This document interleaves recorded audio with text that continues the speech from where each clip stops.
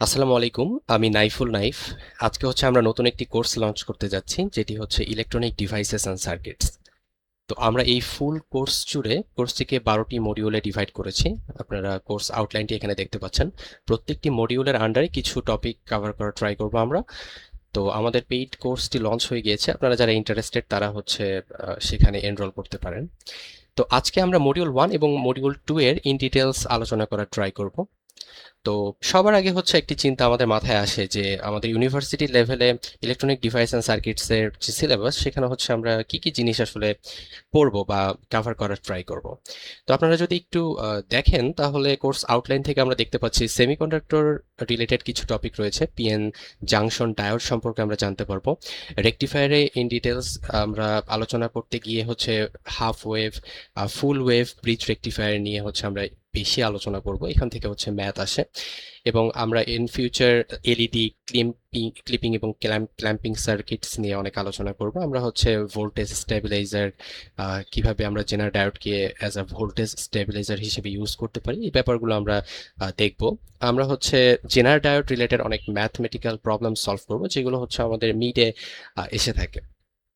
এরপর আমরা বিজেটি নিয়ে আলোচনা করব। আমরা কমন এমিটর রিলেটেড কিছু ম্যাথমেটিক্যাল প্রবলেম সলভ করার ট্রাই করব। আমরা ভোল্টেজ এবং ইলেকট্রিসিটির যে ক্যারেক্টারিস্টিক কার্ভ, অর্থাৎ ভিআই ক্যারেক্টারিস্টিক কার্ভ যেটাকে বলা হচ্ছে, সেটি কেমন হয় সেটি আমরা দেখার ট্রাই করব। তো আপনাদের ইউনিভার্সিটি লেভেলে মডিউল 1 থেকে শুরু করে মডিউল 6 পর্যন্ত এই অংশটুকু মিডের সিলেবাসে থাকে, এবং আমরা মডিউল 7 থেকে মডিউল 12 পর্যন্ত এগুলো ফাইনাল সিলেবাস দেখতে পাই। সো মডিউল 7 এ আপনারা এখানে এফইটি পাবেন, আপনারা জেএফএট পাবেন, আপনারা এখানে মসফেট সম্পর্কে একটা ইন ডিটেলস আলোচনা পাবেন, আপনারা ট্রানজিস্টর সম্পর্কে জানতে পারবেন, ফেইথ ফ্লো অ্যাপ্লিকেশন আসলে কি এই সম্পর্কে জানতে পারবেন। এই টপিকগুলো এখন আপনাদের কাছে হয়তো বা আননোন, বাট পুরো কোর্স জুড়ে আমাদের জার্নিতে সবকিছু আসলে অনেক ফ্যামিলিয়ার হয়ে যাবে আমাদের জন্য। সো আমরা অ্যাম্প্লিফায়ার সম্পর্কে আলোচনা করব। Feedback, this is the most important thing. So আমাদের ফাইনালের অনেক হট একটা টপিক ফিডব্যাক। এই রিলেটেড অনেক ম্যাথমেটিক্যাল প্রবলেম আমরা সলভ করব। আমরা গেইন নিয়ে অনেক আলোচনা করব। অসিলেটরের ওখানে আমরা কালপিটস এবং হার্টলি, এই দুটো অসিলেটর নিয়ে আলোচনা করব, এবং হার্টলি অসিলেটর থেকেই ম্যাক্সিমাম টাইমে কোশ্চেন এসে থাকে। ম্যাথমেটিক্যাল প্রবলেম সলভ করতে বলে থাকে, সার্কিট সলভ করতে হয় অ্যাকচুয়ালি। দেন আমরা অফ এম সম্পর্কে জানতে পারবো। তো এখন আজকের এই ভিডিওতে আমরা যেহেতু মডিউল 1 এবং মডিউল 2 কভার করব, তো আমরা সেদিকে আগাই এবং ইন ডিটেলস আলোচনা করি। এর আগে আপনারা যদি কোশ্চেন প্যাটার্ন দেখতে চান, তাহলে আমাদের মিডের ক্ষেত্রে কোশ্চেন প্যাটার্নটা অনেকটা এরকম হয় যে ফার্স্টের 5 মার্কস এটা শর্ট কোশ্চেন থাকে। দেন আমাদের সেকেন্ডে কিছু এক্সপ্লানেশন টাইপ কোশ্চেন থাকে, অ্যারাউন্ড 8 মার্কস, 4 করে। দেন আমরা সার্কিট অ্যানালাইসিস বা ম্যাথমেটিক্যাল যে টার্মটা, সেখানে এন্টার নেই। এবং ব্রিজ রেকটিফায়ার, আমি বলছিলাম বারবার যে এই ফুল ওয়েভ ব্রিজ রেকটিফায়ার, এইখান থেকে ম্যাথ আসে, আমাদেরকে প্রবলেম সলভ করতে হয়। দেন আমরা জেনার ডায়োড থেকে ম্যাথ পাই। আমরা কমন এমিটর যে টপিকটা রয়েছে, ওখান থেকে বেস কারেন্ট বের করা, কালেক্টর ভোল্টেজ বের করা, এই ধরনের জিনিসপত্রগুলো আমরা মিডে দেখতে পাই। সো কোশ্চেন প্যাটার্নটা অনেকটা এরকম যে 5 মার্ক শর্ট কোশ্চেন, 8-এর মতো আসে এক্সপ্লানেশন টাইপ কোশ্চেন। আমাকে একটু ব্রডলি ড্রয়িং বা ভিজুয়ালাইজেশনের মাধ্যমে বা গ্রাফের মাধ্যমে আমাকে একটু দেখাতে হয়, একটু এক্সপ্লেইন করতে হয়। দেন আমরা ম্যাথমেটিক্যাল প্রবলেমগুলোতে ঢুকলে আমরা অ্যারাউন্ড 12 to 15 মার্কস এখানে দেখতে পাই। তো এই ছিল ওভারঅল মিডের কোশ্চেন প্যাটার্ন। এবং আমরা যদি ফাইনালের কোশ্চেন প্যাটার্নটা দেখতে চাই, আসলে আমরা সিমিলারই দেখতে পাই যে ফার্স্টে 5টা শর্ট কোশ্চেন, দেন এখানে 10 মার্কস এক্সপ্লানেশন টাইপ কোশ্চেনে 10 মার্কস ছিল। এটা আসলে ভ্যারি করে, এক একবার কোশ্চেনের মার্ক ডিস্ট্রিবিউশনটা এক এক রকম হয়। দেন আমরা ফিডব্যাক, এটা মোস্ট হট টপিক ফাইনালের জন্য। এই ফিডব্যাক থেকে আমরা huge amount of mathematical problem solve করব। অ্যান্ড দেন ফাইনালে অ্যাম্প্লিফায়ার থেকে কোশ্চেন এসে থাকে, সেক্ষেত্রে আমাদেরকে ইনপুট পাওয়ার বের করতে দেয় অনেক সময়। সো গেইন রিলেটেড এই জিনিসগুলো যখন আমরা সলভ করবো, আমাদের জন্য অনেক ইজি হয়ে যাবে। জাস্ট ওভারভিউ, আমি জাস্ট দেখাচ্ছি যে কি কি টাইপের কোশ্চেন আসলে হয়ে থাকে। যেমন আপনারা এখানে দেখতে পাচ্ছেন জেএফ এর থেকে কিন্তু একটা কোশ্চেন এসেছে। আবার এই যে কমন এমিটর, এখান থেকে কোশ্চেন এসেছে। সো ডিসি লাইন ড্র, এই load line, DC load line draw, এটা হচ্ছে অনেক ফ্রিকোয়েন্টলি আসে। এই কোশ্চেনটা এমন যে প্রায় প্রতি সেমিস্টারেই দেখা যায় এই কোশ্চেনটা আসতে। তো আপনারা ফাইনালের কোশ্চেন প্যাটার্ন সম্পর্কে একটা আইডিয়া পেয়ে গেছেন। আমরা হচ্ছে এগুলো যখন টপিকগুলো কাভার করব আপনাদের জন্য জিনিসটা বুঝতে আরো ইজি হবে। তো আমরা আজকে ডিসকাশনে চলে যাচ্ছি, আমরা সেমিকন্ডাক্টর এবং পিএন জাংশন কাভার করার ট্রাই করব। তো শুরুতেই সেমিকন্ডাক্টর নিয়ে আলোচনা করতে গেলে আমাদের মাথায় একটি প্রশ্ন আসলে আসাটা স্বাভাবিক, যে আমরা কেন সেমিকন্ডাক্টর নিয়ে আলোচনা করছি। আমাদের এখানে তো আরো দুটো জিনিস রয়েছে, রাইট? আমরা হচ্ছে ইনসুলেটর, আমরা কন্ডাক্টর, এগুলোকে নিয়ে আলোচনা করছি না, আমরা হচ্ছে সেমিকন্ডাক্টরকে নিয়ে মাতামাতি করছি। এটার পিছনে আসলে কি কোনো রিজন রয়েছে? অবশ্যই। এটার পিছনে রিজনটা হচ্ছে আমরা সেমিকন্ডাক্টরকে চাইলে ইনসুলেটর হিসেবে ইউজ করতে পারি, আমরা চাইলে এটাকে কন্ডাক্টর হিসেবে ইউজ করতে পারি। That's the magic. এটা আসলে কিভাবে করা যায়, এই জিনিসগুলোই হচ্ছে আমরা এই আলোচনার মাধ্যমে দেখা ট্রাই করব। তো সেমিকন্ডাক্টরের ডিসকাশনটা শুরু করার আগে আমি হচ্ছে একটা টপিক সম্পর্কে একটু আইডিয়া দিতে চাই আপনাদের। সেটি হচ্ছে, প্রথমটি হচ্ছে পরিবাহকত্ব এবং দ্বিতীয় যে টপিকটি সেটি হচ্ছে রোধকত্ব বা রেজিস্টিভিটি। সো পরিবাহকত্ব যে জিনিসটি রয়েছে সেটিকে হচ্ছে আমরা ইন জেনারেল সিগমা দ্বারা প্রকাশ করি, এবং রোধকত্ব বা রেজিস্টিভিটি যে টপিকটা রয়েছে সেটিকে হচ্ছে আমরা রো দ্বারা প্রকাশ করে থাকি। তো আমরা যদি এখানে ইকুয়েশনটি দাঁড় করাতে চাই যে এই সিগমার সাথে আসলে এই রো এর ইকুয়েশনটা কেমন হয়, তাহলে আমরা দেখতে পারবো যে সিগমা প্রপোর্শনাল টু 1/রো, অর্থাৎ আমাদের পরিবাহকত্বের যে ভ্যালুটা সেটা হচ্ছে inversely proportional to the resistivity. এখন পরিবাহকত্ব জিনিসটি বোঝার জন্য আমাদের হচ্ছে একটা পরমাণুর স্ট্রাকচার সম্পর্কে একটা বেসিক জ্ঞান থাকা জরুরি, যে একটা পরমাণুর হচ্ছে বিভিন্ন শেল থাকে এবং সেই শেলে হচ্ছে ইলেকট্রন থাকে, এবং পরমাণুর যে লাস্টের শেলটি থাকে, অর্থাৎ সর্বশেষ যে শেলটি থাকে, এটিকে বলা হচ্ছে ভ্যালেন্স শেল। এই ভ্যালেন্স শেলের যে ইলেকট্রনগুলো থাকে এই ইলেকট্রনগুলোকে বলা হয় ভ্যালেন্স ইলেকট্রন। সো এই ভ্যালেন্স ইলেকট্রনগুলোকে আমরা যদি একটা নির্দিষ্ট অ্যামাউন্ট অফ এনার্জি প্রডিউস করতে পারি, তাহলে হচ্ছে এই ইলেকট্রনগুলো এক একটি ফ্রি ইলেকট্রন হিসেবে রূপান্তরিত হয় বা কনভার্ট হয়ে যায়।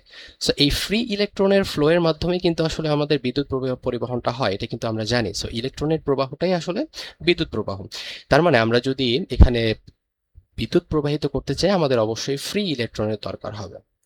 তাহলে যে পদার্থটি যত বেশি এই বিদ্যুৎ প্রবাহকে প্রমোট করে বা সাপোর্ট করে, যত সহজে তার মধ্য দিয়ে তড়িৎ প্রবাহিত হতে পারে, সেই পদার্থের পরিবাহকত্বের ভ্যালু তত বেশি। ঠিক উল্টাভাবে বলা যায় যে যেহেতু পরিবাহকত্ব ইনভার্সলি প্রপোর্শনাল টু দ্য রোধকত্ব বা রেজিস্টিভিটি, তার মানে আমরা বলতে পারি যে যে পদার্থ যত বেশি তড়িৎ প্রবাহকে বাধা প্রদান করে তার রেজিস্টিভিটির ভ্যালুটা তত বেশি। আই থিঙ্ক আপনারা বুঝতে পেরেছেন। এবার আমরা সেমিকন্ডাক্টর বা আমরা আমাদের যে মেইন টপিক সেখানে হচ্ছে আমরা ফিরে যাই।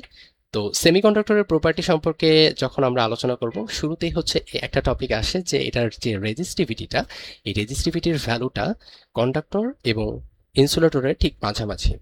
অর্থাৎ কন্ডাক্টর থেকে এই রেজিস্টিভিটির ভ্যালুটা বেশি, বাট ইনসুলেটর থেকে এর রেজিস্টিভিটির ভ্যালুটা কম। সো এখানে হচ্ছে একটা মজার ব্যাপার আপনারা হয়তো বা নোটিস করে ফেলেছেন অলরেডি, সেটি হচ্ছে যে আমরা চাইলে এই সেমিকন্ডাক্টরটাকে কন্ট্রোল করে অ্যাজ আ কন্ডাক্টর হিসেবে ইউজ করতে পারবো, আবার ইনসুলেটর হিসেবে ইউজ করতে পারবো। সো এটা কিভাবে করা যায় সেটি হচ্ছে আমরা যখন এই আলোচনা ডিসকাশন শেষ হয়ে যাবে আপনারা নিজেরাই বুঝতে পারবেন। তো সেমিকন্ডাক্টরের আরেকটি বৈশিষ্ট্য সম্পর্কে যদি আমরা আলোচনা করতে চাই, তাহলে আমাদের একটা ইকুয়েশন চলে আসে যে রেজিস্ট্যান্স, বা যেটাকে আমরা হচ্ছে আর দ্বারা প্রকাশ করে থাকি, এটির সাথে টেম্পারেচার একটি সম্পর্ক রয়েছে, যে resistivity is inversely proportional to temperature, বা আমরা বলতে পারি যে negative temperature coefficient of resistance. অর্থাৎ সেমিকন্ডাক্টরের ক্ষেত্রে এটির সম্পর্কটা বা রিলেশনটা হয় ঠিক অপোজিট। অর্থাৎ কোনো একটা সেমিকন্ডাক্টরে আমরা যদি টেম্পারেচারটাকে বাড়িয়ে দেই তাহলে হচ্ছে আমাদের রেজিস্টিভিটির ভ্যালুটা কমে যাবে, আমরা যদি রেজিস্টিভিটির ভ্যালুটা বাড়িয়ে দিই তাহলে হচ্ছে আমাদের টেম্পারেচারটা কমে যাবে। উল্টাভাবে বলা যায়। তো তো আমরা তো হচ্ছে টেম্পারেচারের মাধ্যমে জিনিসটাকে হ্যান্ডেল করবো, রাইট? সো যেহেতু আমরা টেম্পারেচারের মাধ্যমে জিনিসটাকে হ্যান্ডেল করবো, সো আমরা জিনিসটাকে এইভাবে লিখতে পারি যে টি প্রপোর্শনাল টু 1/r। তার মানে আমাদের যখন টেম্পারেচারটা অনেক হাই থাকবে, অনেক বেশি থাকবে, তখন আমাদের সেমিকন্ডাক্টরের রেজিস্টিভিটিটা অনেক কমে যাবে। রেজিস্টিভিটি কমে যাওয়া মানে হচ্ছে ইলেকট্রনের যে বাধা, ইলেকট্রন প্রবাহের বাধাটা কমে যাবে। তার মানে হচ্ছে আমাদের ইলেকট্রনটা, আমাদের ইলেকট্রিসিটিটা অর্থাৎ আমাদের যে তড়িৎ প্রবাহ সেটি খুব সহজে হতে পারবে। তার মানে এটা একটা কন্ডাক্টর হিসেবে কিন্তু কাজ করবে। সো যখন আমরা টেম্পারেচারটাকে অনেক ইনক্রিজ করে দিব তখন হচ্ছে আমাদের সেমিকন্ডাক্টর অ্যাজ এ কন্ডাক্টর হিসেবে কাজ করবে। আবার উল্টাভাবে আমরা বলতে পারি যে আমরা যখন এই টেম্পারেচারটাকে হচ্ছে কমিয়ে দেব তখন আমাদের যে রেজিস্ট্যান্স বা রেজিস্টিভিটি এটা হচ্ছে অনেক বেড়ে যাবে। সো রেজিস্ট্যান্সের ভ্যালু যদি অনেক বেড়ে যায় তার মানে হচ্ছে বাধাটা অনেক বেশি, এর মানে এর বিদ্যুৎ পরিবহন বা তড়িৎ প্রবাহ কিন্তু কমে যাবে। তার মানে হচ্ছে এটা তড়িৎ প্রবাহিত করতে পারবে না, বা করলেও খুব কম পরিমাণে করবে। তার মানে এটা একটা ইনসুলেটর হিসেবে কাজ করবে। তার মানে আমরা হচ্ছে এই সেমিকন্ডাক্টরটাকে দুটি ভাবে ইউজ করতে পারলাম। একটি হচ্ছে কন্ডাক্টর, অ্যাজ এ কন্ডাক্টর, এবং as a insulator, right? So এই জিনিসটা হচ্ছে আমরা এখান থেকে দেখতে পেলাম। এবার আমরা যদি থার্ড ডিসকাশনে চলে যাই, আমরা হচ্ছে একটা ক্যারেক্টারিস্টিক দেখতে পাবো যে আমরা এখানে ইম্পিউরিটি অ্যাড করি। বাট আপনাদের একটা কোশ্চেন আসতে পারে যে আসলে আমরা কেন ইম্পিউরিটি অ্যাড করি। কারণ একটা পিওর সেমিকন্ডাক্টর আসলে কখনো এই অ্যাজ এ কন্ডাক্টর হিসেবে কারেন্ট প্রবাহ করার যে কাজটা এটি হচ্ছে প্রপারলি করতে পারে না। যার কারণে আমাদের কিছু অপদ্রব্য এখানে মিশ্রিত করতে হয়, যেটাকে হচ্ছে আমরা ইম্পিউরিটি বলতেছি। তো আমরা ইন ফিউচার হচ্ছে এই স্লাইডের দুটো স্লাইড পরে হচ্ছে দেখতে পাবো যে ইম্পিউরিটি আসলে আমরা কতভাবে অ্যাড করতে পারি এবং কি কি টাইপের সেমিকন্ডাক্টর হচ্ছে আমরা প্রডিউস করতে পারি। তো আই থিঙ্ক আপনাদের সেমিকন্ডাক্টরের প্রপার্টিজ সম্পর্কে একটা বেসিক ধারণা চলে এসেছে। আমরা হচ্ছে ফার্স্টে দেখতে পেলাম যে রেজিস্ট্যান্সের যে রেজিস্টিভিটির যে ভ্যালুটা সেটি হচ্ছে কন্ডাক্টর এবং ইনসুলেটরের ঠিক মাঝামাঝি অবস্থান করে সেমিকন্ডাক্টরের ক্ষেত্রে। এবং সেমিকন্ডাক্টরের টেম্পারেচারের ইফেক্টটা কেমন, যে আমরা যদি টেম্পারেচারটাকে ইনক্রিজ করি তাহলে আমাদের রেজিস্ট্যান্সটা কমে যায়, অর্থাৎ এটা একটা কন্ডাক্টর হিসেবে কাজ করে। এবং আমরা যদি সেমিকন্ডাক্টরের টেম্পারেচারটাকে কমিয়ে দিই তাহলে আমাদের রেজিস্ট্যান্সটা বেড়ে যায়, তার মানে হচ্ছে এটা একটা ইনসুলেটর হিসেবে কাজ করে। এবং আমরা একটা পিওর সেমিকন্ডাক্টরের মধ্যে যদি কোনো অপদ্রব্য বা ভেজাল বা ইম্পিউরিটি অ্যাড করতে পারি তার মাধ্যমে হচ্ছে আমরা তাদের এই কারেন্ট কন্ডাকশন বা কারেন্ট কন্ডাক্টিং যে প্রপার্টিসটা রয়েছে এটা হচ্ছে অনেক ভালোভাবে ইউটিলাইজ করতে পারি।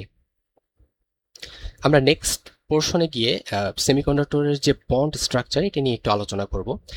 যে আমরা তো জানি যে সবকিছুরে হচ্ছে একটা স্ট্রাকচার মেনটেন করে। লাইক আমরা পানির কথা যদি ধরি, এখানে অবভিয়াসলি দুইটি হাইড্রোজেন রয়েছে, একটি অক্সিজেন রয়েছে, তারা নিজেদের মধ্যে অবশ্যই কোনো না কোনো একটা বন্ধন বা একটা বন্ড ক্রিয়েট করে রেখেছে। সো সিমিলারলি হচ্ছে আমরা সেমিকন্ডাক্টরের মধ্যেও কিছু বন্ড দেখতে পাবো। সো বন্ড আসলে কি জিনিস আমরা প্রিভিয়াস ক্লাসগুলোতে, অর্থাৎ আমরা প্রিভিয়াস ছোটতে আর কি যখন পড়াশোনা করেছি আমরা তিনটি বন্ড সম্পর্কে ক্লাস 8-এ আই থিঙ্ক ধারণা লাভ করেছি। যে তিনটি বন্ড ছিল, একটি ছিল হচ্ছে আয়নিক, একটি ছিল হচ্ছে সমযোজী, এবং আরেকটি ছিল হচ্ছে ধাতব বা ধাতব বন্ধন যেটাকে আমরা বলে থাকি। তো আমরা এই তিনটির মধ্যে আয়নিকটা নিয়ে আসলে আলোচনা করব না। আমরা যেটি নিয়ে আলোচনা করব সেটি হচ্ছে কোভ্যালেন্ট বা সমযোজী বন্ধন। অর্থাৎ আমাদের এই সেমিকন্ডাক্টরের ক্ষেত্রে আমরা এই কোভ্যালেন্ট বা সমযোজী বন্ধনটিকে দেখতে পাই। তো এই কোভ্যালেন্ট বন্ডটি আসলে কিভাবে কাজ করে? অবভিয়াসলি একটা সেমিকন্ডাক্টর গঠনের ক্ষেত্রে কখনোই জার্মেনিয়াম একটা থাকবে না। ও বাই দ্য ওয়ে, কিছু কমনলি ইউজড সেমিকন্ডাক্টর সম্পর্কে আমাদের জ্ঞান থাকা জরুরি, যেগুলো আসলে কি কি।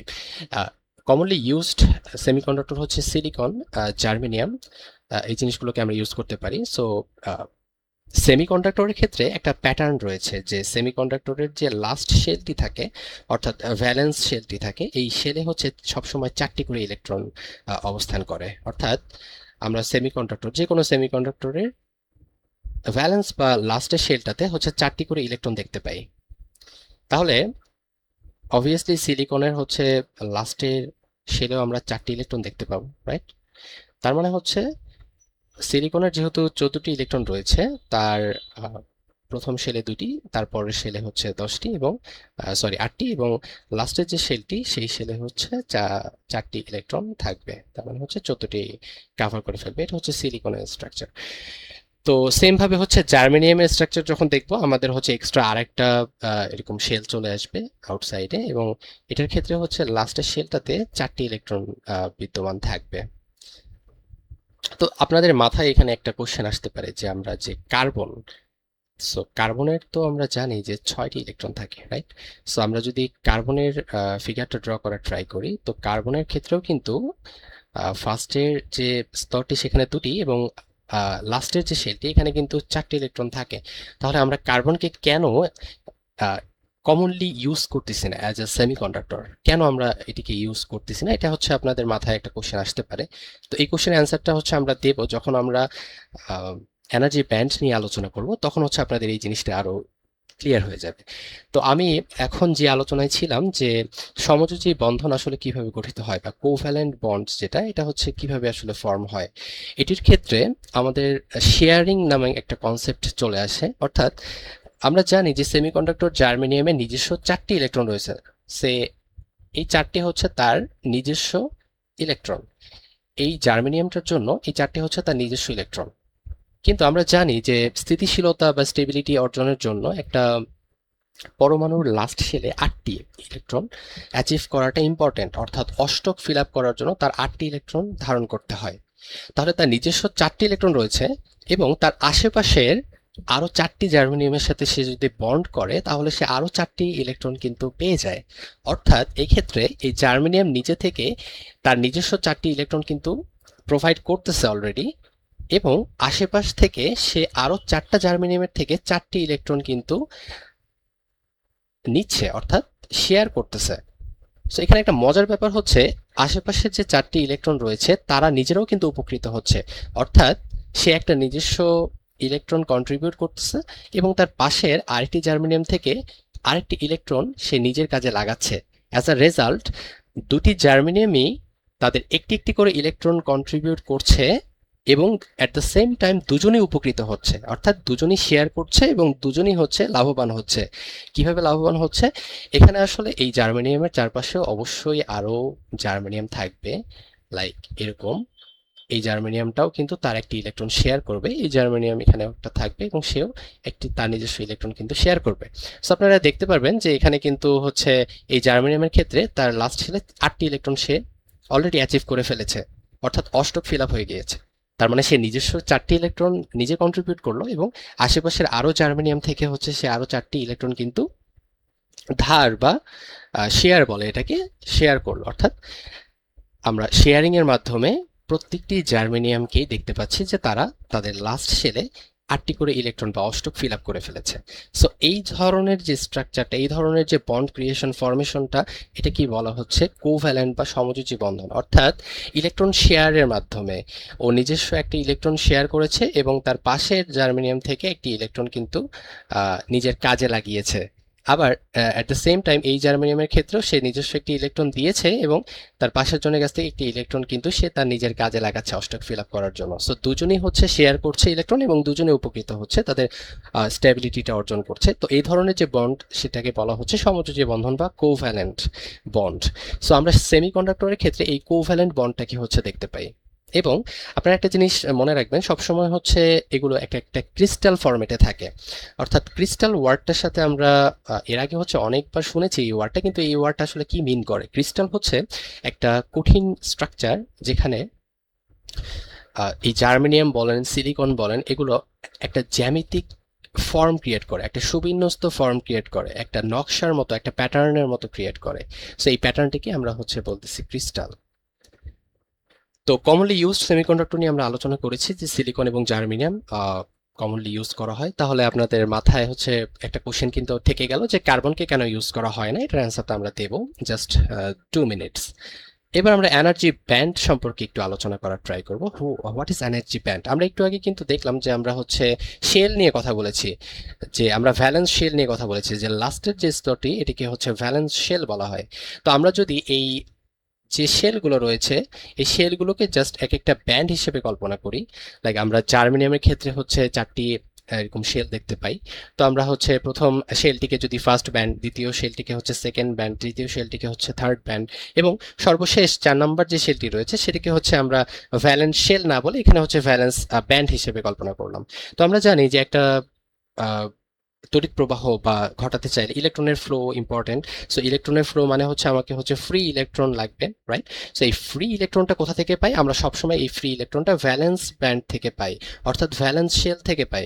অর্থাৎ সর্বশেষ যে কক্ষপথটি রয়েছে সেই কক্ষপথের যে ইলেকট্রনগুলো রয়েছে সেগুলোকে আমরা যদি নির্দিষ্ট একটা পরিমাণ এনার্জি প্রোভাইড করতে পারি তাহলে হচ্ছে সেগুলো ফ্রি ইলেকট্রনে কনভার্ট হয়ে যায়, এবং এই ফ্রি ইলেকট্রনগুলোর মাধ্যমে হচ্ছে আমরা তড়িৎ প্রবাহটা ঘটাতে পারি, রাইট?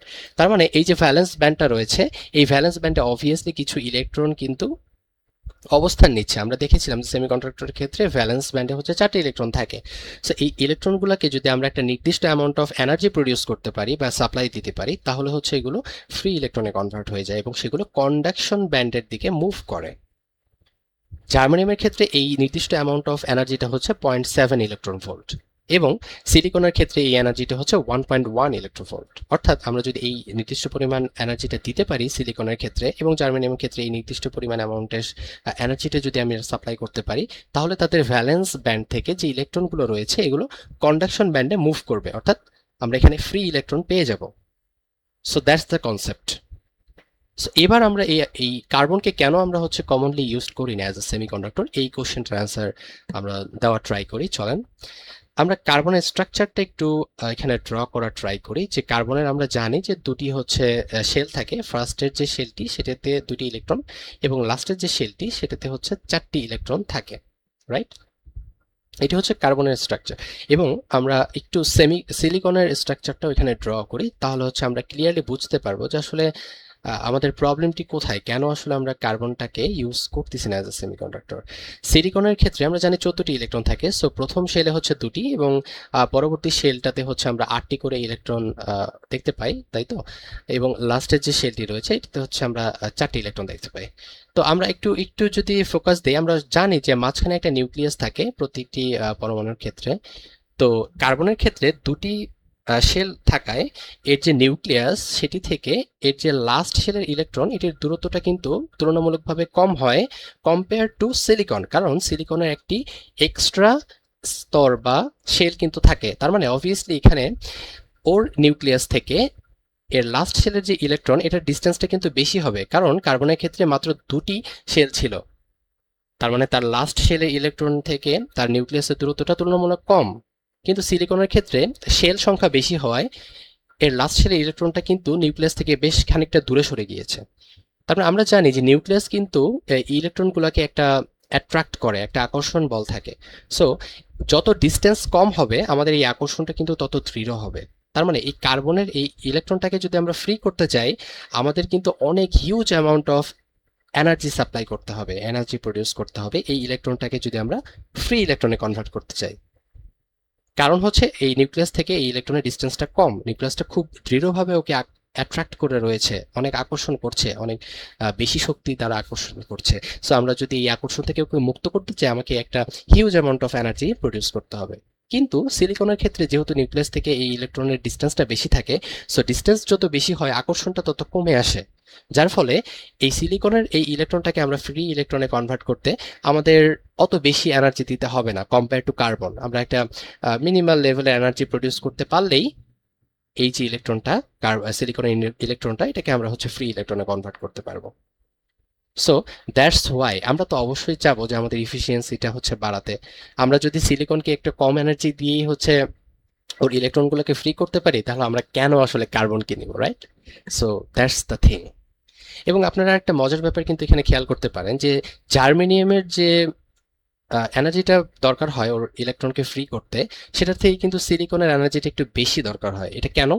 কারণ সিলিকনের ক্ষেত্রে যদি 3টা শেল থাকে, জার্মেনিয়ামের ক্ষেত্রে কিন্তু আসলে শেল সংখ্যা হয়ে যায় 4টা। কেন 4টা? কারণ জার্মেনিয়ামে কিন্তু 32টা হচ্ছে ইলেকট্রন থাকে। তো 32টা ইলেকট্রন যেহেতু রয়েছে তাহলে ফার্স্টের শেলে হচ্ছে 2টো, সেকেন্ড যে শেলটা রয়েছে সেটিতে হচ্ছে 8টি, এবং পরবর্তী শেলে হচ্ছে আবার সেম ভাবে হচ্ছে ইলেকট্রন থাকে এবং লাস্টের শেলে হচ্ছে 4টি ইলেকট্রন থাকে, রাইট? সো শেল সংখ্যা যত বেশি হবে, এখানে হচ্ছে শেল সংখ্যা ছিল 3টি, সো এখানে নিউক্লিয়াস থেকে ইলেকট্রনের যে ডিস্টেন্স ছিল, এখানে শেল সংখ্যা কিন্তু হয়ে গেছে 4টি। সো অবভিয়াসলি নিউক্লিয়াস থেকে এর লাস্ট শেলের যে ইলেকট্রন, এটার ডিস্টেন্সটা আরও বেড়ে গিয়েছে। সো ডিস্টেন্স আরও বেড়ে গিয়েছে মানে কি, নিউক্লিয়াস থেকে ইলেকট্রনের প্রতি আকর্ষণটা আরও কমে গিয়েছে। তার মানে আমি আরও কম পরিমাণ এনার্জি যদি প্রডিউস করি, তাহলে আসলে জার্মেনিয়াম থেকে আমি ইলেকট্রনকে ফ্রি ইলেকট্রনে কনভার্ট করতে পারবো, রাইট? সো জার্মেনিয়ামের ক্ষেত্রে এই এনার্জিটা এই জন্য আরো কম দরকার হয়। অর্থাৎ এজন্যই আমরা জার্মেনিয়ামের ক্ষেত্রে মাত্র 0.7 ইলেকট্রোভোল্ট প্রোভাইড করতে পারলে এখান থেকে ইলেকট্রনকে ফ্রি করতে পারি ভ্যালেন্স শেল থেকে।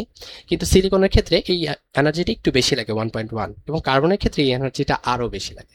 সো এই জন্য হচ্ছে আমরা কার্বনকে frequently as a semiconductor use করি না, আমরা হচ্ছে সিলিকন এবং হচ্ছে জার্মেনিয়ামকেই most of the cases use করে থাকি। তো এবার হচ্ছে আমরা একটা হট টপিক নিয়ে আলোচনা করব, যেটা থেকে অনেক কোশ্চেন এসে থাকে যে সেমিকন্ডাক্টরের উপরে টেম্পারেচার কি কোনো প্রভাব রয়েছে। আমরা হচ্ছে একটু আগেই এটা নিয়ে আলোচনা অলরেডি একবার একটু ওভারভিউ আকারে দিয়েছি যে টেম্পারেচার ইনক্রিজ বা ডিক্রিজ করার মাধ্যমে আমরা সেমিকন্ডাক্টরটাকে as a conductor, as a insulator use করতে পারি। সো এই ব্যাপারটা আমরা ইন ডিটেলস একটু দেখা ট্রাই করব আমাদের এনার্জি ব্যান্ড কনসেপ্ট অনুযায়ী। তো আমরা যদি টেম্পারেচারটাকে কমিয়ে রাখি, অর্থাৎ 0 কেলভিন টেম্পারেচারে যদি আমরা থাকি, সেক্ষেত্রে আমাদের অবভিয়াসলি ভ্যালেন্স ব্যান্ডে হচ্ছে কিছু ইলেকট্রন থাকবে। তো সেই ইলেকট্রনগুলো সেই পরিমাণ এনার্জি আসলে প্রডিউস করতে পারবে না, বা সেই পরিমাণ এনার্জি গেইন করতে পারবে না যে এনার্জিটা তার দরকার ফ্রি ইলেকট্রনে কনভার্ট হতে। কেন?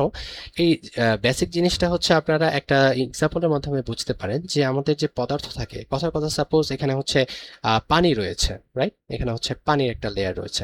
সো আমরা যদি এটিকে হিট দেই, আমরা যদি এটিকে হচ্ছে নিচ থেকে তাপ প্রদান করি, তাহলে হচ্ছে এই পানিগুলো কিন্তু ফুটতে শুরু করবে একটা লেভেলে গিয়ে। সো পানিগুলো ফুটতে শুরু করেছে কেন? কারণ পানির যে অণুগুলো, এগুলো হচ্ছে এক একটা গতিশক্তি লাভ করেছে। তার মানে হচ্ছে এখানে এখানে একটা ভাইব্রেশন ক্রিয়েট হয়েছে। তার ফলে পানির অণুগুলো ছোটাছুটি করছে ক্রমাগত। ছোটাছুটি করার কারণে কিন্তু এই ফুটন্ত বা টকবক টকবক এই জিনিসটা ক্রিয়েট হয়েছে।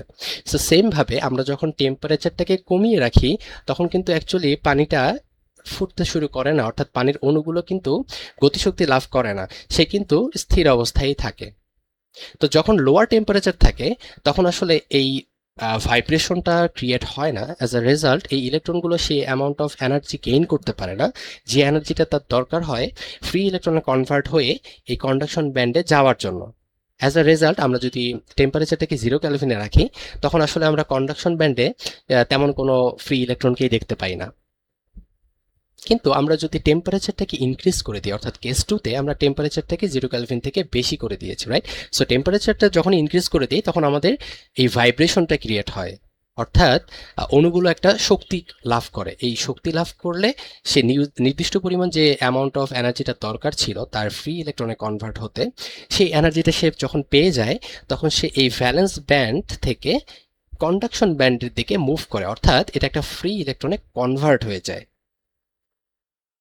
আই থিঙ্ক আপনারা বুঝতে পেরেছেন। সো যখনই এই ফ্রি ইলেকট্রনে কনভার্ট হয়ে যায়, আমি বলছিলাম বারবার যে এই ভ্যালেন্স ব্যান্ড থেকে ইলেকট্রনটা কিন্তু মুভ হয়ে কন্ডাকশন ব্যান্ডে চলে যায়, অর্থাৎ সে এখন রেডি কন্ডাক্ট করার জন্য, অ্যাজ আ কন্ডাক্টর হিসেবে ইউজ হওয়ার জন্য সে রেডি। তার মধ্যে ফ্রি ইলেকট্রনের উৎপত্তি কিন্তু হয়ে গিয়েছে। সো এভাবে সবাই কিন্তু একটা নির্দিষ্ট অ্যামাউন্ট অফ এনার্জি গেইন করে এবং সবাই হচ্ছে কন্ডাকশন ব্যান্ডের দিকে মুভ করে, এই ইলেকট্রনগুলো ফ্রি ইলেকট্রনে কনভার্ট হয়ে যায়। তাহলে এখান থেকে হচ্ছে একটা নতুন কনসেপ্টে ক্রিয়েট হয়, যেটি হচ্ছে যে ভ্যালেন্স ব্যান্ডে যে জায়গাটাতে এই ইলেকট্রনটি ছিল পূর্ববর্তী অবস্থায়, সেই জায়গাটাতে একটা ভ্যাকেন্সি বা একটা ভ্যাকিউম বা একটা ফাঁকা জায়গা ক্রিয়েট হয়। অর্থাৎ ইলেকট্রনটা তো আর এখানে নেই, ইলেকট্রনটা তো কন্ডাকশন ব্যান্ডে চলে গিয়েছে। তাহলে যে জায়গাটাতে সে আগে ছিল ওই ভ্যালেন্স ব্যান্ডের ঠিক ওই জায়গাটাতে একটা ভ্যাকেন্সি বা একটা ফাঁকা জায়গা ক্রিয়েট হয়। এই জিনিসটাকে আমরা বলি হচ্ছে হোল।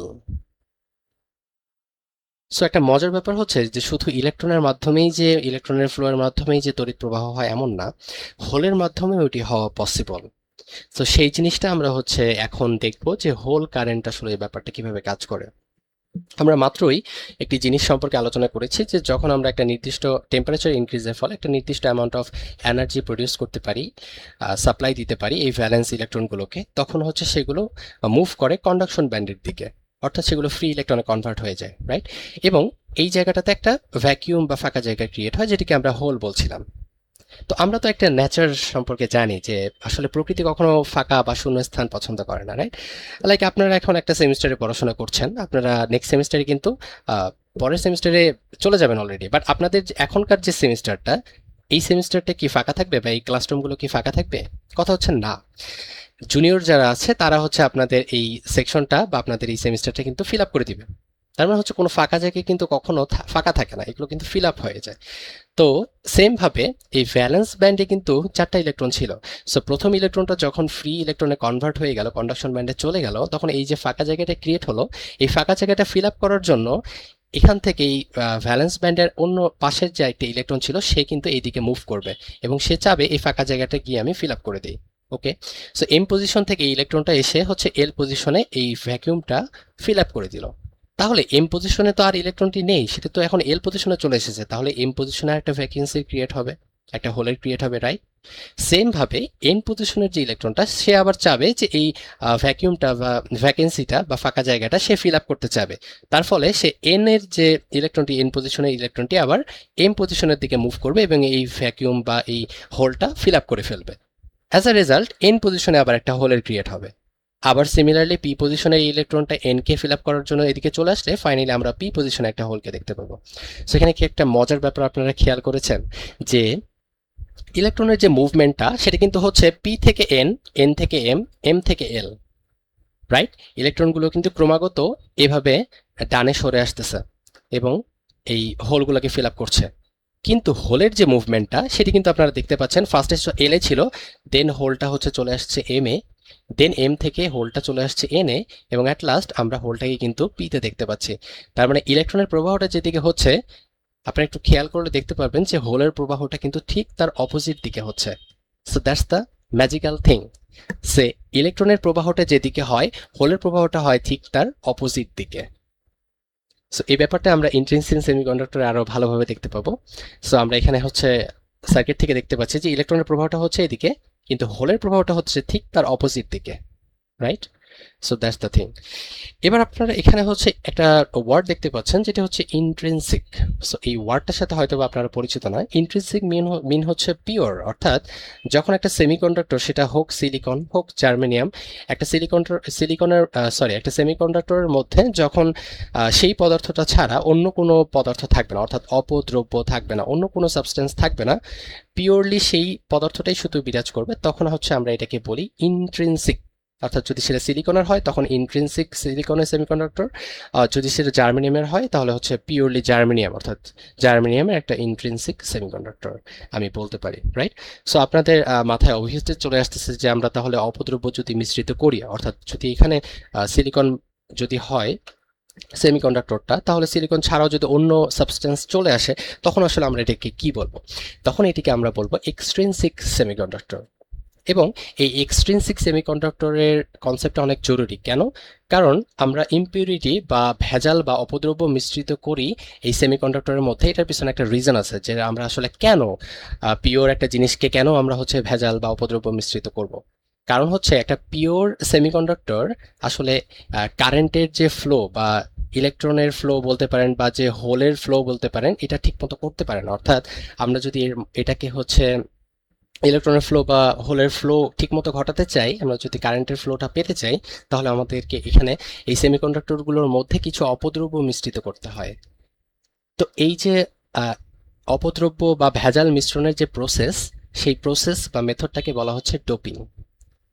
এবং আমরা এই ভেজাল মিশ্রিত করার প্রসেসটাকে হচ্ছে দুইভাবে হ্যান্ডেল করতে পারি, এবং অ্যাজ এ রেজাল্ট আমরা হচ্ছে দুই ধরনের সেমিকন্ডাক্টর এখান থেকে প্রডিউস করতে পারি।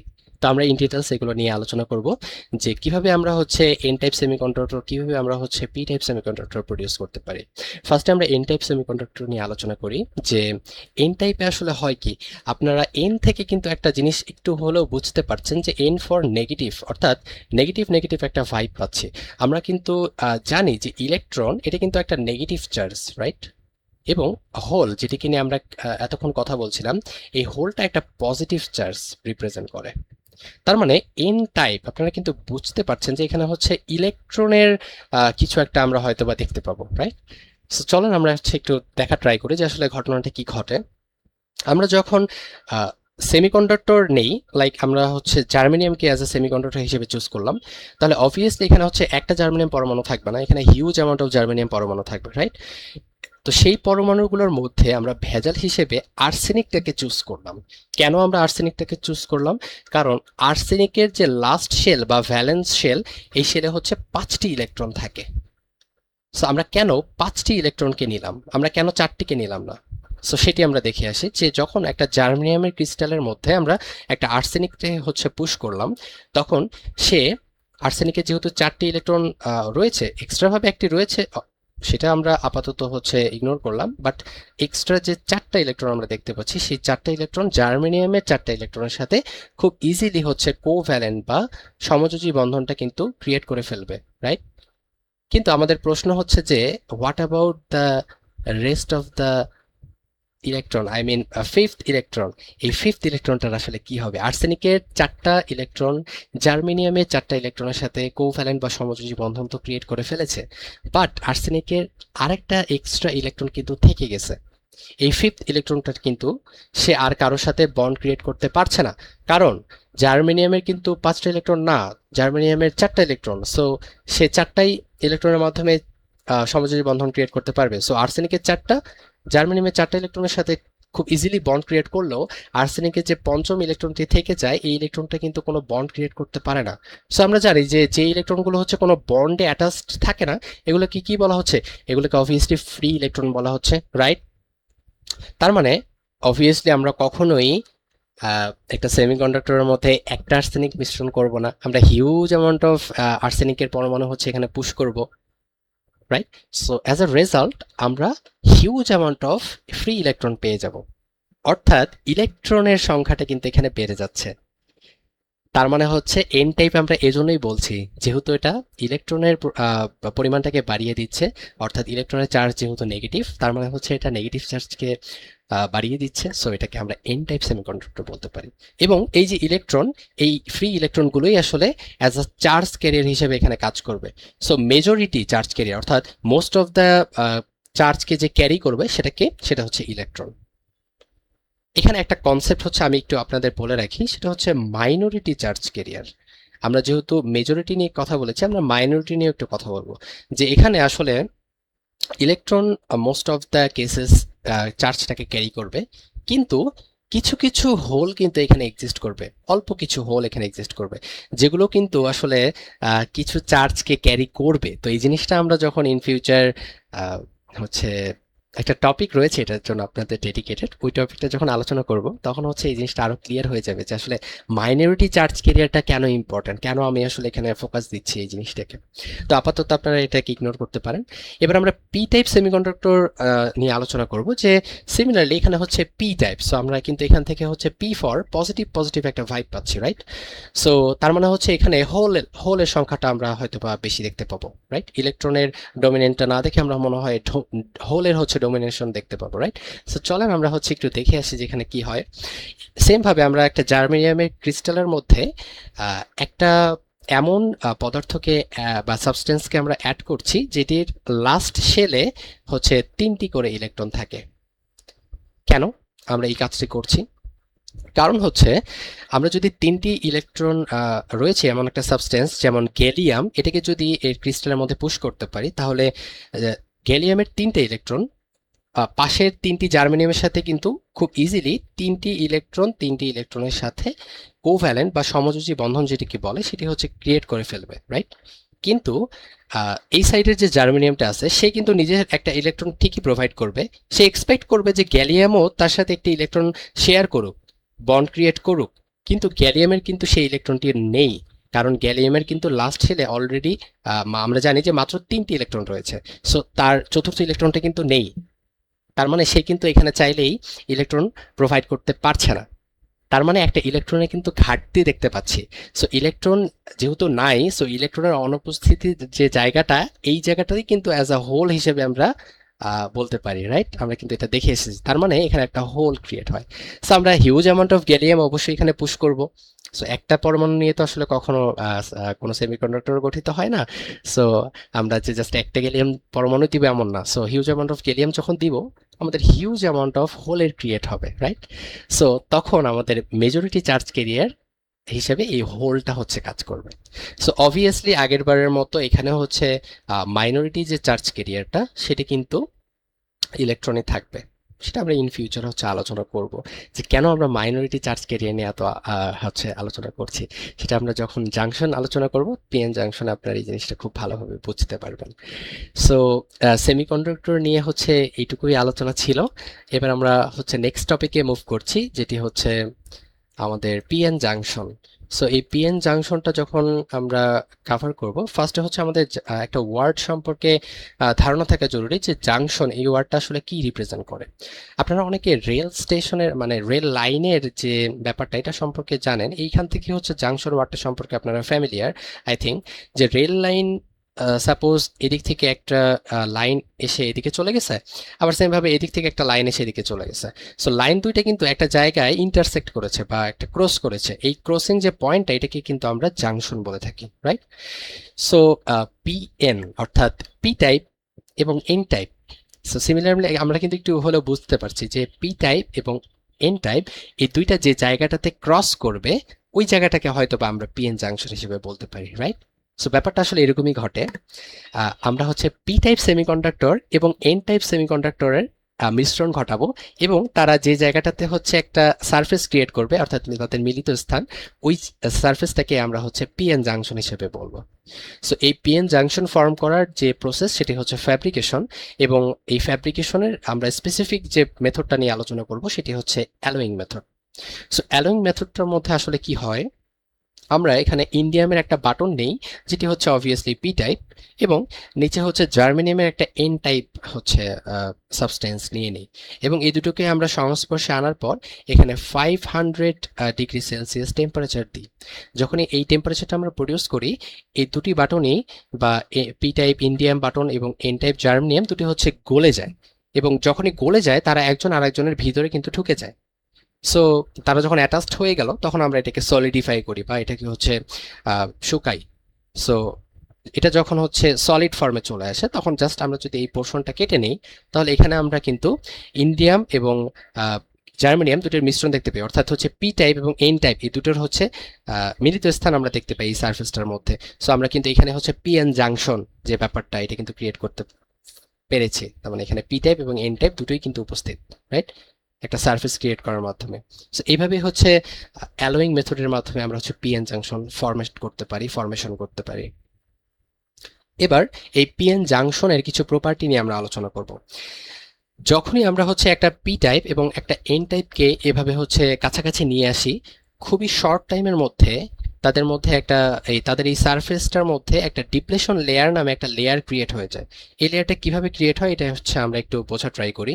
যে যদি আমি একটা পি টাইপ, অর্থাৎ পি টাইপ নাম থেকে বুঝতে পারছি যে আমাদের এখানে পজিটিভ চার্জ ক্যারিয়ার বেশি থাকবে, অর্থাৎ হোলের সংখ্যাটা বেশি থাকবে। আমরা এখানে হিউজ অ্যামাউন্ট অফ হোল দেখতে পাচ্ছি। আবার এন টাইপ, এখানে হচ্ছে ইলেকট্রন হিউজ অ্যামাউন্ট অফ দেখতে পাচ্ছি, রাইট? যেহেতু এন, সো এখানে ইলেকট্রনের সংখ্যা বেশি থাকবে হ্যাজ চার্জ ক্যারিয়ার।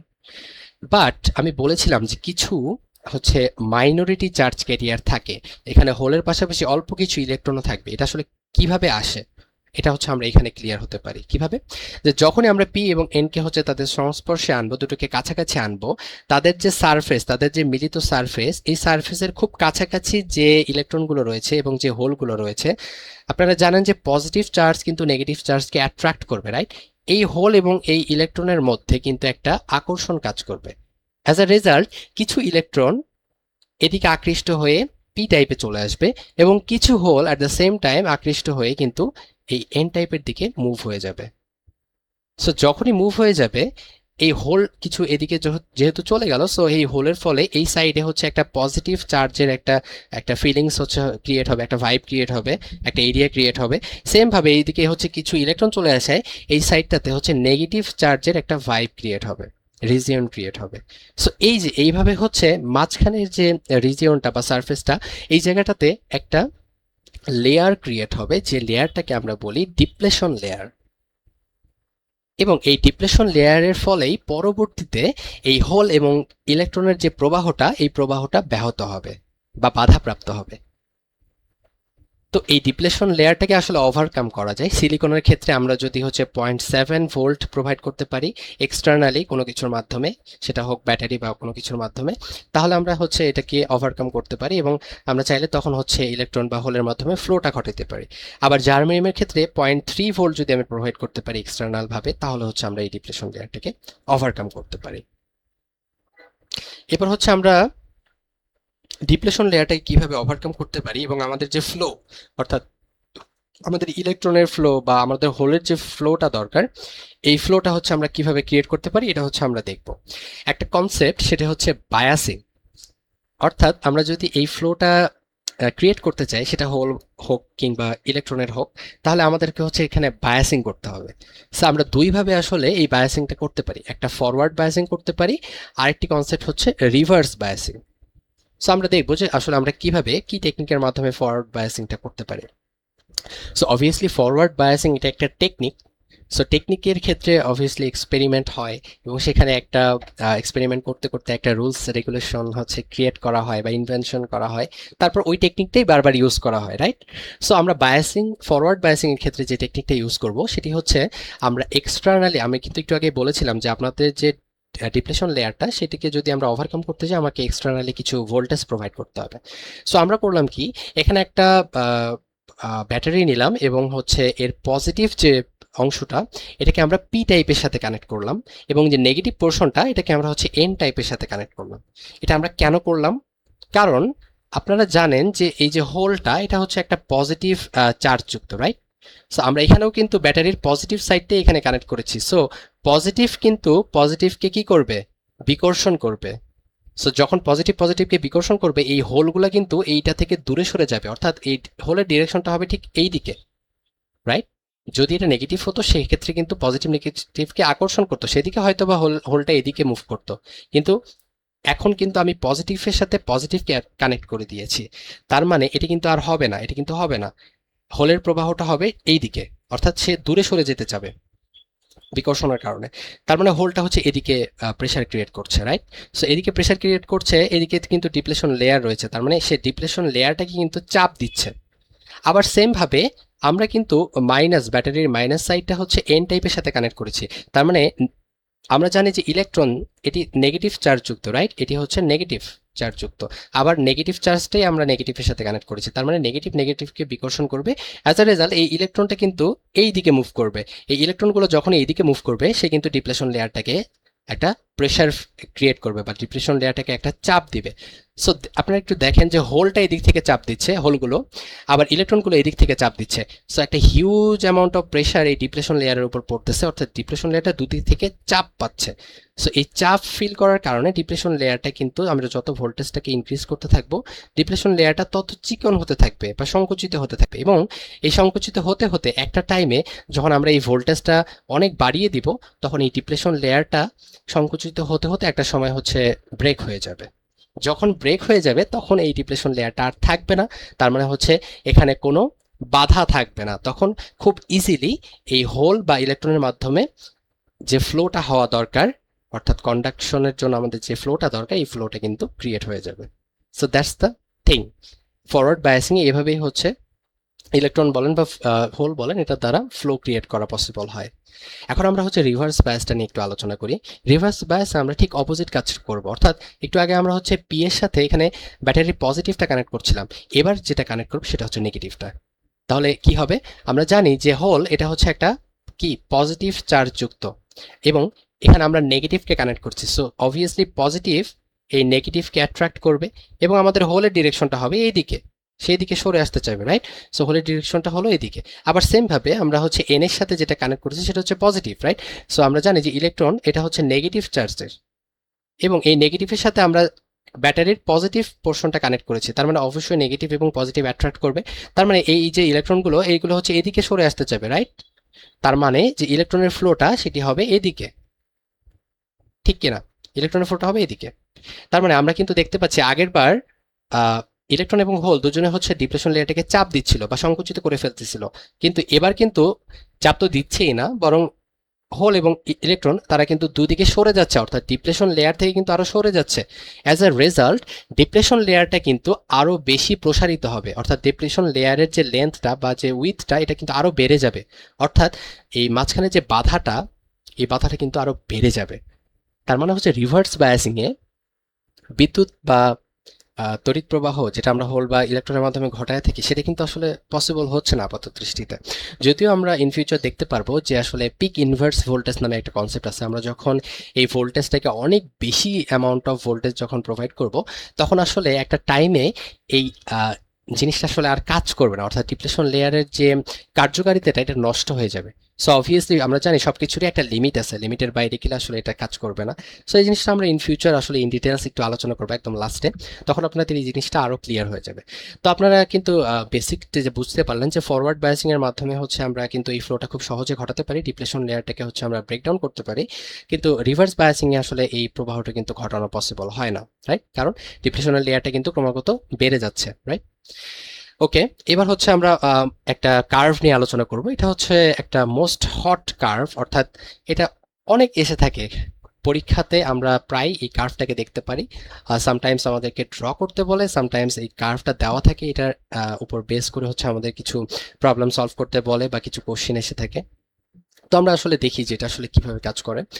আমরা এক্স এক্সিস বরাবর হচ্ছে ভোল্টেজটাকে নিয়েছি এবং ওয়াই এক্সিস বরাবর হচ্ছে আই অর্থাৎ কারেন্টটাকে হচ্ছে নিয়েছি। এবার আমরা উপরে ফরওয়ার্ড বায়াসিং এর যে অংশটুকু নিয়ে আলোচনা করলাম সেটি হচ্ছে আমরা পজিটিভ সাইডে দেখব, অর্থাৎ উপরে, এবং রিভার্স বায়াসের যে কার্ভটা সেটা হচ্ছে আমরা নিচের টুকুতে দেখব, রাইট? সো আমরা একটা জিনিস বলেছিলাম যে এই যে ডিপ্লেশন লেয়ার, ফরওয়ার্ড বায়াসিং এ যখন আমরা এই ডিপ্লেশন লেয়ারটাকে ওভারকাম করি, অবভিয়াসলি আমাদের একটা নির্দিষ্ট অ্যামাউন্ট অফ ভোল্টেজ প্রোভাইড করতে হয়, রাইট? সো এই যে ভোল্টেজটা প্রোভাইড করতে হয়, এই নির্দিষ্ট অ্যামাউন্ট অফ ভোল্টেজটা যখন আমরা প্রোভাইড করে ফেলি তখন কিন্তু আমাদের এই ডিপ্লেশন লেয়ারটা ব্রেক হয়ে যায়, রাইট? যখন এই ডিপ্লেশন লেয়ারটা ব্রেক হয়ে যাবে তখন কিন্তু আর কোনো বাধা থাকে না, তখন কিন্তু খুব ইজিলি আমরা হচ্ছে কারেন্টের ফ্লোটা দেখতে পারি। সো এই কার্ভের মাধ্যমে আমরা এই জিনিসটাই হচ্ছে ক্লিয়ার হব যে আমরা ভোল্টেজটাকে বাড়াচ্ছি, এই যে আমরা ভোল্টেজটাকে বাড়াচ্ছি, কিছু কিছু অল্প কিছু পরিমাণ কারেন্ট কিন্তু ফ্লো হচ্ছে, আমরা আবার ভোল্টেজটাকে বাড়াচ্ছি, কিছু পরিমাণ কারেন্ট ফ্লো হচ্ছে, কিন্তু এখনো ডিপ্লেশন লেয়ারটা ব্রেক হয়ে যায়নি। অ্যাজ আ রেজাল্ট আমরা এই কারেন্ট ফ্লোটা কিন্তু খুবই কম পরিমাণে দেখতে পাচ্ছি, রাইট? দেন আমরা হচ্ছে আরেকটু ভোল্টেজ বাড়ালাম, আরেকটু বাড়ালাম, এবং এইখানে যখন আমরা পৌঁছালাম তখন আসলে আমাদের সেই নির্দিষ্ট অ্যামাউন্ট অফ ভোল্টেজটা হয়ে গিয়েছে, অর্থাৎ আমরা এই অ্যামাউন্ট অফ ভোল্টেজ যখন প্রোভাইড করে ফেলেছি তখন আমাদের যে ডিপ্লেশন লেয়ারটা এটা ব্রেক হয়ে গেছে। যখনই ডিপ্লেশন লেয়ারটা ব্রেক হয়ে যাবে তখন কিন্তু আর কোনো বাধা থাকবে না, তখন দেখেন আপনাদের যে কারেন্টের ফ্লোটা এটা কিন্তু খুব বেশি হচ্ছে, অর্থাৎ এই আইটা কিন্তু অনেক খারাপভাবে উপরে উঠে গিয়েছে, অর্থাৎ কারেন্ট কিন্তু অনেক বেশি প্রবাহিত হচ্ছে। কেন? কারণ আমার এখান থেকে ডিপ্লেশন লেয়ারটা ব্রেক হয়ে গিয়েছে। যখন ডিপ্লেশন লেয়ারটা নেই তখন কিন্তু খুব দ্রুত এই ফ্লোটা পসিবল হচ্ছে, অর্থাৎ কারেন্টটা কিন্তু অনেক বেশি পরিমাণে প্রবাহিত হচ্ছে। সো যে অ্যামাউন্ট অফ ভোল্টেজটা হচ্ছে আমরা প্রোভাইড করলাম, করার ফলে হচ্ছে আমরা এটা থেকে ওভারকাম করতে পারলাম ডিপ্লেশন লেয়ারটা, এই ভোল্টেজের অবশ্যই একটা পরিমাপ আছে, রাইট? এই ভোল্টেজের একটা একটা মাপ আছে যে এত পরিমাণ ভোল্টেজ প্রোভাইড করতে পারলে হচ্ছে আমরা এটা করতে পারবো। সেটা সিলিকন এবং জার্মেনিয়ামের ক্ষেত্রে ডিফারেন্ট। আমরা হচ্ছে এই জিনিসটা দেখবো যে কোনটার ক্ষেত্রে আসলে কি পরিমাণ ভোল্টেজ দিলে আমরা হচ্ছে এটা ওভারকাম করতে পারি। যেমন সিলিকনের ক্ষেত্রে আমরা যদি 0.7 ভোল্ট হচ্ছে প্রোভাইড করতে পারি তাহলে হচ্ছে আমরা ডিপ্লেশন লেয়ারটাকে ব্রেক করতে পারি, এবং জার্মেনিয়ামের ক্ষেত্রে হচ্ছে 0.3 এই পরিমাণ ভোল্টেজ যদি আমরা প্রোভাইড করতে পারি তাহলে হচ্ছে আমরা ডিপ্লেশন লেয়ারটাকে ব্রেক করতে পারি। তো আমরা যেটা বলছিলাম যে কার্ভটা নিয়ে আলোচনা করছিলাম। তো যখন আমরা পিএন জাংশন ক্রিয়েট করি তখন ন্যাচারালি তার মধ্যে কিন্তু এই নির্দিষ্ট অ্যামাউন্ট অফ ভোল্টেজটা ভিতরে প্রডিউস হয়ে যায়, মানে যে ভোল্টেজটা আমরা প্রোভাইড করলে আলটিমেটলি লেয়ারটাকে ব্রেক করতে পারবো। সো ন্যাচারালি যে ভোল্টেজটা আসলে দরকার হয় সেটা হচ্ছে একটা নির্দিষ্ট অ্যামাউন্ট অফ ভোল্টেজ, যে ভোল্টেজটাকে আমরা বলি ব্যারিয়ার ভোল্টেজ। এই ব্যারিয়ার ভোল্টেজটা কিন্তু অটোমেটিক ক্রিয়েট হয় যখন আমরা পি এবং এন দুইটা সেমিকন্ডাক্টরকে পাশাপাশি আনি, তাদের মধ্যে ন্যাচারালি একটা ডিপ্লেশন লেয়ার ক্রিয়েট হয় এবং এই ব্যারিয়ার ভোল্টেজটা কিন্তু অটোমেটিক ক্রিয়েট হয়ে যায়, রাইট? এরপর আমাকে এক্সটার্নালি হচ্ছে একটা ভোল্টেজ প্রোভাইড করে ওকে ওভারকাম করতে হয়। যদি ওভারকাম করতে পারি, লাইক এই পয়েন্টটাতে আমরা ওভারকাম করে ফেলেছি, তখন আমরা কিন্তু খুব বেশি পরিমাণ কারেন্ট ফ্লোটা ঘটাতে পারি। সেম ভাবে আমরা যখন রিভার্স বায়াসে দেখেছিলাম যে রিভার্স বায়াসে কিন্তু যতই আমরা ভোল্টেজটাকে ইনক্রিজ করতেছি তত কিন্তু আমাদের ডিপ্লেশন লেয়ারটা বৃদ্ধি পাচ্ছে বা মোটা হয়ে যাচ্ছে, রাইট? সো আমাদের কিন্তু কারেন্টের প্রবাহটা খুব কম হবে, এটি স্বাভাবিক। সো এই দেখেন আপনাদের এখানে এই যে ভোল্টেজটাকে বাড়ানো হচ্ছে এবং কারেন্টের প্রবাহটা কিন্তু অনেক কম, এই যে কারেন্ট খুবই কম মাত্রায় প্রবাহিত হচ্ছে। কিন্তু এখন একটা প্রশ্ন আসতে পারে যে এই অংশটুকুতে তো কারেন্ট অনেক বেশি প্রবাহিত হচ্ছে, এটা কেন হচ্ছে? আমি একটু আগে আপনাদেরকে একটা জিনিস বলেছিলাম যে সবকিছুর একটা লিমিট থাকে। যখন এইভাবে আমরা ভোল্টেজটা দিতে দিতে একটা নির্দিষ্ট লিমিটটাকে ক্রস করে ফেলবো, অর্থাৎ হিউজ একটা অ্যামাউন্ট অফ ভোল্টেজ আমরা প্রোভাইড করে ফেলবো, তখন এই ডিপ্লেশন লেয়ারটা আর কাজ করবে না, অর্থাৎ এর কার্যকারিতাটা নষ্ট হয়ে যাবে। যদি এই ডিপ্লেশন লেয়ারটা কাজ না করে, তার মানে এর মধ্যে আর কোনো বাধা থাকবে না, তখন ইজিলি কিন্তু এই হোল বা ইলেকট্রন এটা কিন্তু মুভ করতে পারবে, অর্থাৎ এটা ফ্লো ক্রিয়েট হবে। এই জন্যই এই যে ব্রেকডাউন ভোল্টেজ বলে এটিকে, যে নির্দিষ্ট অ্যামাউন্ট অফ ভোল্টেজ প্রোভাইড করার পর যদি আমরা আরো বেশি ভোল্টেজ দিই, তখন হচ্ছে এই ডিপ্লেশন লেয়ারটা আর কাজ করে না, তখন আবার আমরা কারেন্টের যে ফ্লোটা এটা দেখতে পারি। তো এই ছিল হচ্ছে আপনাদের হচ্ছে গ্রাফের এক্সপ্লানেশন, যে ফরওয়ার্ড বায়াসিং এর ক্ষেত্রে যে নির্দিষ্ট অ্যামাউন্ট অফ ভোল্টেজ প্রোভাইড করলে আমরা বেরিয়ার যে পটেনশিয়াল এটাকে বলে আর কি, এই ভোল্টেজটাকে বলে, অর্থাৎ ডিপ্লেশন লেয়ারটাকে ব্রেক করতে আমাদের যে ভোল্টেজটা প্রোভাইড করতে হয় সেইটা ওভারকাম করতে পারি এবং আমরা খুব ইজিলি হচ্ছে কারেন্টের ফ্লোটা ঘটাতে পারি। আর রিভার্স বায়াসিং এর ক্ষেত্রে হচ্ছে সেম ভাবে রিভার্স বায়াসিং এর ভোল্টেজটা হচ্ছে আমরা যদি বাড়িয়ে বাড়িয়ে বাড়িয়ে একটা নির্দিষ্ট লিমিটকে ক্রস করে ফেলি, তখন আসলে আর ডিপ্লেশন লেয়ারটা কাজ করে না এবং সেই অ্যামাউন্ট অফ ভোল্টেজটা যখন আমরা পেয়ে যাই, অর্থাৎ এটাকে ব্রেকডাউন ভোল্টেজ বলে, এটা যখন এটা থেকে বেশি ভোল্টেজ যখন আমরা প্রোভাইড করি, তখন হচ্ছে আবার কারেন্টের ফ্লোটা আমরা দেখতে পারি, একটা হিউজ অ্যামাউন্টের কারেন্টের ফ্লো আমরা দেখতে পারি। সো রিভার্স বায়াসিং এ আমরা একটা টপিক নিয়ে কথা বলবো, যেটা হচ্ছে আমি এর আগে হচ্ছে আপনাদেরকে একটু বলেছিলাম যে majority charge carrier, minority charge carrier, এই জিনিসটা নিয়ে একটু আলোচনা করেছিলাম। সো ওই ব্যাপারটা এখন খুবই ভালোভাবে সলভ হয়ে যাবে বা ক্লিয়ার হয়ে যাবে। আমরা জানি যে পি টাইপ এখানে কিন্তু পজিটিভ চার্জ অর্থাৎ হোল থাকা উচিত, রাইট? একটা হিউজ অ্যামাউন্ট অফ হোল থাকা উচিত, যারা হচ্ছে মেজরিটি চার্জ ক্যারিয়ার। সো এখানে কিন্তু হিউজ অ্যামাউন্ট অফ হোল থাকবে, বাট এখানে মাইনরিটি চার্জ ক্যারিয়ার হিসেবে কিছু কিন্তু ইলেকট্রনও থাকবে। কেন কিছু ইলেকট্রন থাকবে? আমি কিন্তু বলেছিলাম আপনাদেরকে এখানে যে যখন ডিপ্লেশন লেয়ারটা ক্রিয়েট হয়, তখন কিন্তু এই যে সারফেস লেয়ারের আকর্ষণের ফলে কিছু ইলেকট্রন কিন্তু এই সাইড থেকে এই সাইডে চলে আসে, পিতে চলে আসে, আবার সেম ভাবে পি টাইপ থেকে কিছু হোল কিন্তু এন টাইপে চলে যায়। এই যে অল্প কিছু, এরা কিন্তু as a minority charge carrier হিসেবে কাজ করে। তো এই সেম জিনিসটাই আমরা এখানে দেখব যে আমাদের এখানে পি টাইপে হোল থাকা উচিত, অনেক হিউজ অ্যামাউন্ট অফ হোল কিন্তু আছে, বাট কিছু কিছু অল্প কিছু অ্যামাউন্ট অফ ইলেকট্রনও কিন্তু এখানে আছে। তো যখন আমরা রিভার্স বায়াস ঘটাই, আমরা জানি যে পি এর সাথে আমরা হচ্ছে ব্যাটারির নেগেটিভ পোর্শনটা এবং এন এর সাথে হচ্ছে আমরা ব্যাটারির পজিটিভ সাইডটা অ্যাড করি, রাইট? তো পি এর সাথে যখন অ্যাড করি, হোলের ক্ষেত্রে ঠিক আছে, পজিটিভ পজিটিভকে অ্যাট্রাক্ট করবে এবং সে ডিপ্লেশন লেয়ারটাকে বাড়িয়ে দিবে, কিন্তু এই যে মাইনরিটি চার্জ ক্যারিয়ার যে ইলেকট্রনগুলো থেকে যায় অল্প কিছু, সো এই ইলেকট্রনগুলো কিন্তু আসলে নেগেটিভ চার্জ যুক্ত। সো এখানেও নেগেটিভ চার্জ আমরা সাপ্লাই দিচ্ছি ব্যাটারির নেগেটিভ প্রান্তের সাথে অ্যাড করার ফলে এই নেগেটিভ ইলেকট্রন এই নেগেটিভ দ্বারা আকৃষ্ট কিন্তু হবে না, এটা কিন্তু বিকর্ষিত হবে বা বিকর্ষণ ঘটবে, নেগেটিভ নেগেটিভকে কিন্তু বিকর্ষণ করবে। অ্যাজ আ রেজাল্ট সেই ইলেকট্রনগুলো কিন্তু এই সাইডে মুভমেন্ট করবে। আবার সেম ভাবে এন টাইপের ক্ষেত্রে কিছু মাইনরিটি চার্জ ক্যারিয়ার হিসেবে হোল থাকবে, এখানে হিউজ অ্যামাউন্ট অফ ইলেকট্রন তো রয়েছেই, বাট কিছু সংখ্যক, অল্প কিছু সংখ্যক কিন্তু হোলও এক্সিস্ট করবে।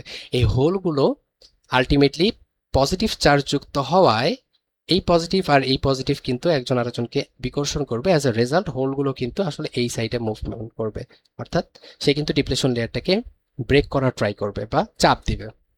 অ্যাজ আ রেজাল্ট আমরা অল্প কিছু খুবই স্মল অ্যামাউন্ট অফ কারেন্টের ফ্লো কিন্তু এখানে দেখতে পারি। এই রিভার্স বায়াসে যে এই যে মাইনরিটি চার্জ ক্যারিয়ারের জন্য যে একটা স্মল অ্যামাউন্ট অফ আমরা কারেন্টের ফ্লো দেখতে পারি, এই কারেন্টটাকে বলা হয় লিকেজ কারেন্ট বা রিভার্স স্যাচুরেশন কারেন্ট। এটা আপনাদের মাঝে মাঝে থিওরিতে এসে থাকে 1-2 মার্কের জন্য, যে হোয়াট ইজ লিকেজ কারেন্ট, এটা হচ্ছে এক্সপ্লেইন করো, বা 1 মার্কের জন্য শর্ট কোশ্চেন আকারে এসে থাকে। তো আই থিঙ্ক আপনাদের এই কনসেপ্টটা ক্লিয়ার হয়ে গেল। এবার আমরা কিছু ইম্পর্টেন্ট টার্ম নিয়ে আলোচনা করব। প্রথমটা হচ্ছে, এগুলো আপনারা সবগুলো অলরেডি কভার করে ফেলেছেন, বাট আমি জাস্ট একটু ডিফারেন্সিয়েট করার ট্রাই করব কোনটা কি আসলে। যেমন ব্রেকডাউন ভোল্টেজ এবং আরেকটা কনসেপ্ট আছে হচ্ছে নি ভোল্টেজ, এই দুটোর মধ্যে আসলে কি পার্থক্য? আচ্ছা, ব্রেকডাউন ভোল্টেজ যে জিনিসটা, সেটি হচ্ছে ন্যাচারালি ক্রিয়েট হয়, অর্থাৎ আমরা যখন একটা পি এবং একটা এন সেমিকন্ডাক্টর টাইপকে কাছাকাছি নিয়ে আসি, অটোমেটিক ন্যাচারালি খুব অল্প সময়ের মধ্যেই হচ্ছে তাদের মধ্যে একটা ডিপ্লেশন লেয়ার ক্রিয়েট হয়, অর্থাৎ ন্যাচারালি তাদের মধ্যে একটা ব্রেকডাউন ভোল্টেজ ক্রিয়েট হয়ে যায়, যেই ভোল্টেজটা হচ্ছে এই এই যে এই জায়গাটাতে এক্সিস্ট করে। লাইক এই ডিপ্লেশন লেয়ারটাকে ব্রেক করতে চাইলে আমাদেরকে এক্সটার্নালি ওই সেম অ্যামাউন্ট অফ ভোল্টেজটা কিন্তু প্রোভাইড করতে হয়।